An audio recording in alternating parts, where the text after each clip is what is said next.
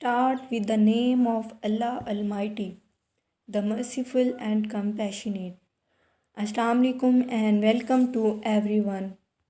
As we have discussed the characters of novel The Mill on the Floss in previous lecture, today we will discuss the brief summary of this novel. The Mill on the Floss is a novel by George Eliot, first published in 3 volumes in 1860 by William Blackwood. The first American edition was published by Harper Brothers.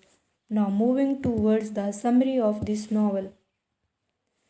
इस novel की कहानी एक लड़की Maggi और उसके भाई Tom के गीत घूमती है। नॉवल निगार मैगी और टॉम के बचपन, जवानी और फिर मौत तक का सफ़र बयान करती है। टॉम और मैगी का ताल्लुक़ एक गांव सेनेट ऑग से होता है जो दरियाए फ्लॉस के किनारे वाक़या है। ये कहानी 1820 के पस मंज़र में लिखी गई है और 10 से 15 साल के दौर पर फैली हुई है। इस दौरान टॉम और मैगी बचपन से जवानी में कदम रखते हैं। नावल की हीरोइन मैगी और मुसन्निफ़ा जॉर्ज एलियट की ज़िंदगी में ख़ासी मुमासलत पाई जाती है, इसलिए तनकीद निगार इस नावल को मुसन्निफ़ा की सवानह उम्री का दर्जा देते हैं। नावल के इब्तदाई चैप्टर्स में मैगी और टॉम के बचपन का बताया गया है। मैगी एक जज्बाती और हसास लड़की होती है जो अपने भाई से बहुत मोहब्बत करती है, लेकिन टॉम एक हकीकत पसंद लड़का होता है जो मैगी के जज्बात नहीं समझ पाता और इसी तज़ाद से उनमें इख्तलाफात का बाइस बनता है और आखिरकार ट्रेजिक मौत पर इख्तिताम होता है। मैगी को अक्सर तनकीद का सामना करना पड़ता है। उसकी माँ और दूसरे रिश्तेदार उसे गुस्ताख और गंदी बच्ची समझते हैं। मैगी अपने भाई से बहुत मोहब्बत करती है और उसकी पूरी तवज्जो चाहती है, इसलिए वो नहीं चाहती कि टॉम किसी और को अहमियत दे, लेकिन टॉम उसको हर वक्त डांटता रहता है। एक मौके पर जब वो अपनी कज़न लूसी पर ज़्यादा तवज्जो देता है तो मैगी गुस्से में लूसी को गोबर में धक्का दे देती है और फिर तनकीद से बचने के लिए वो खाना बदोशों के पास भाग कर चली जाती है, क्योंकि वह उनके मुतालिक अफसानवी ख्यालात रखती होती है।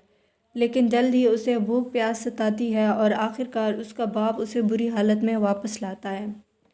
मैगी का बाप मिस्टर टॉलवर एक वकील वेकम से मुकदमा लड़ता है और ये मुकदमा हार जाता है, जिसकी वजह से उसके ख़ानदान को ख़ासी मुश्किलात का सामना करना पड़ता है। टॉम को अपनी तालीम अधूरी छोड़नी पड़ती है और वह सख्त मेहनत करता है ताकि अपने ख़ानदान का बोझ उठा सके। दूसरी तरफ मैगी अपने बाप के दुश्मन वेकम के बेटे फ़िलिप वेकम से दोस्ती बढ़ा लेती है। फ़िलिप वेकम अगरचे एक कुबड़ा लड़का होता है, लेकिन वो फ़नून लतीफ़ा और फ़लसफ़ा में बहुत इंटरेस्टेड होता है और मैगी उसकी दानिशमंदी से मुतासिर होती है। टॉम को जब इस ताल्लुक़ का पता चलता है तो वो मैगी को फ़िलिप वेकम से मिलने से मना करता है और मैगी अपनी ख्वाहिशात को दबाते हुए उसकी बात मान लेती है। इस तरह वक्त गुज़रता रहता है और इस दौरान मिस्टर टॉलर की डेथ हो जाती है।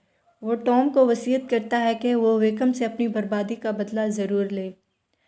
फिर मैगी की कज़न लूसी उसे अपने यहाँ बुलाती है और उसकी अपने मंगेतर स्टीफ़न गेस्ट से मुलाकात करवाती है।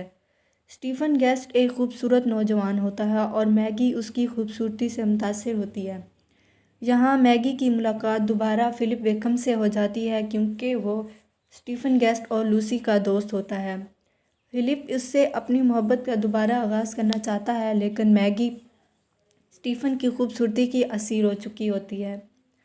लूसी एक मुखलिस लड़की होती है। वो चाहती है कि फ़िलिप और मैगी का किसी तरह मिलाप हो जाए। फ़िलिप मैगी से शादी के लिए अपने बाप से बात करता है, जबकि लूसी टॉम को राज़ी करने की कोशिश करती है।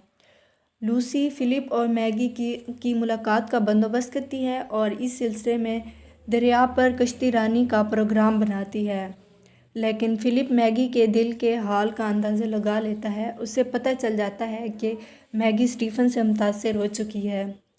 इस सूरत हाल में वो गमज़दा होकर बीमार पड़ जाता है। चनाचे वो स्टीफ़न को पैगाम भिजवाता है कि वो लूसी और मैगी को बोटिंग के लिए ले जाए, लेकिन लूसी चूँकि फ़िलिप और मैगी की मुलाकात का मौका फ़राहम करना चाहती थी, इसलिए वो नहीं आती। इस तरह स्टीफ़न और मैगी ना चाहते हुए भी अकेले बोटिंग के लिए चले जाते हैं। اسٹیفن اور میگی انجانے میں بہت دور نکل جاتے ہیں اور اس طرح وہ سینٹ اوگ سے 2 دن باہر رہتے ہیں۔ میگی بدنامی کے خوف سے پریشان ہو جاتی ہے اور اسٹیفن میگی کو شادی کی پیشکش کرتا ہے، لیکن میگی اسے انکار کر دیتی ہے۔ دراصل میگی فرض اور خواہش کے درمیان کشمکش میں مبتلا ہو جاتی ہے۔ وہ محسوس کرتی ہے کہ اسٹیفن سے شادی کر کے وہ فلپ اور لوسی دونوں سے بے وفائی کرے گی۔ اس طرح وہ اسٹیفن سے شادی کیے بغیر سینٹ اوگز واپس آ جاتی ہے۔ ان کی غیر موجودگی میں سینٹ اوگز میں طوفان اٹھ کھڑا ہوتا ہے۔ لوگ ان کے بارے میں باتیں کرنا شروع کر دیتے ہیں۔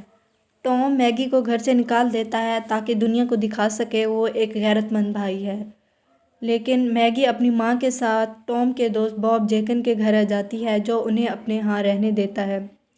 میگی قصبے کے پادری ڈاکٹر کین سے درخواست کرتی ہے کہ وہ اسے کوئی ملازمت دلوا دے۔ ڈاکٹر کین کی بیوی حال ہی میں فوت ہو جاتی ہے، اس لیے وہ اپنے بچوں کے لیے اسے بطور آیا رکھ لیتا ہے، لیکن لوگ اس پر بھی اعتراض کرتے ہیں اور مجبوراً ڈاکٹر کین اسے نوکری سے نکال دیتا ہے۔